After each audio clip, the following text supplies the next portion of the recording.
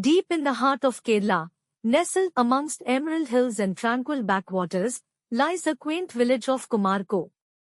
Every year, during the vibrant festival of Diwali, the village comes alive with flickering diyas, oil lamps, and joyous celebrations.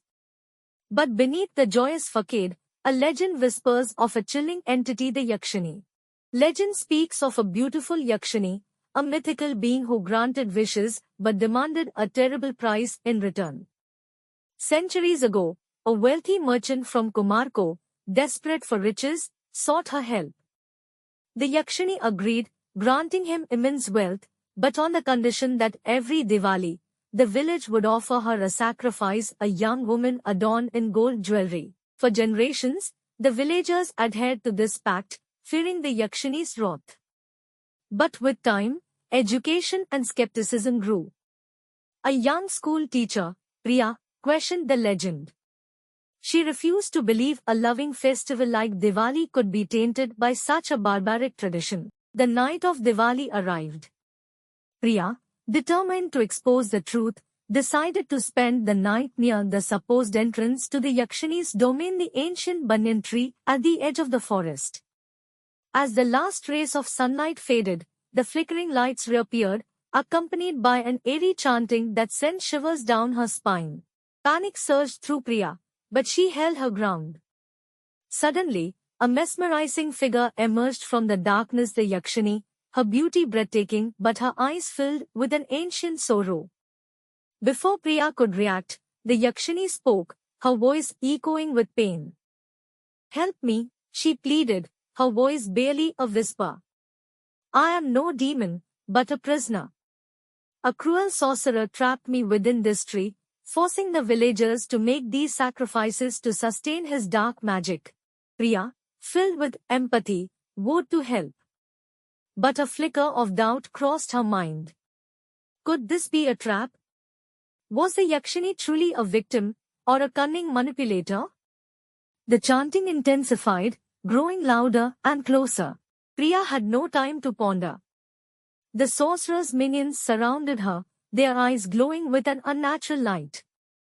She desperately searched for a weapon, but all she had was her flashlight and a growing sense of determination. A thrilling fight sequence ensues. Priya uses her quick thinking and the flashlight's beam to temporarily blind the minions. She manages to escape deeper into the forest, the chanting and flickering lights hot on her trail. Lost and alone in the labyrinthine forest, Priya stumbled upon a hidden clearing. In the center stood an ancient stone altar, symbols etched onto its surface. Could this be the key to breaking the sorcerer's spell? Priya examining the symbols on the altar.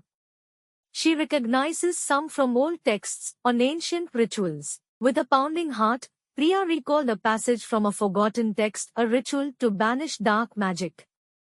Gathering fallen leaves and branches, she carefully arranged them on the altar, mimicking the symbols. As she raised her voice in a desperate chant, a surge of energy coursed through the clearing. "Show the ritual in progress." The flickering lights intensify in response, but the chanting overpowers them. Silence descended upon the forest. The flickering lights and chanting had vanished. Had she truly broken the spell, or was this a temporary reprieve? A soft rustling sound made her spin around. The Yakshini stood before her, a grateful smile gracing her lips. "Thank you, Priya. You have freed me from the sorcerer's clutches. But the magic that bound me also sustained the barrier protecting this village. Without it, an ancient evil trapped within the forest may be awakened." Priya's joy turned to dread. She had unleashed an unforeseen consequence. The Yakshini explained the trapped entity was a monstrous Rakshas, its hunger for destruction held in check by the sorcerer's magic. Now, with the barrier weakened, the village was in grave danger.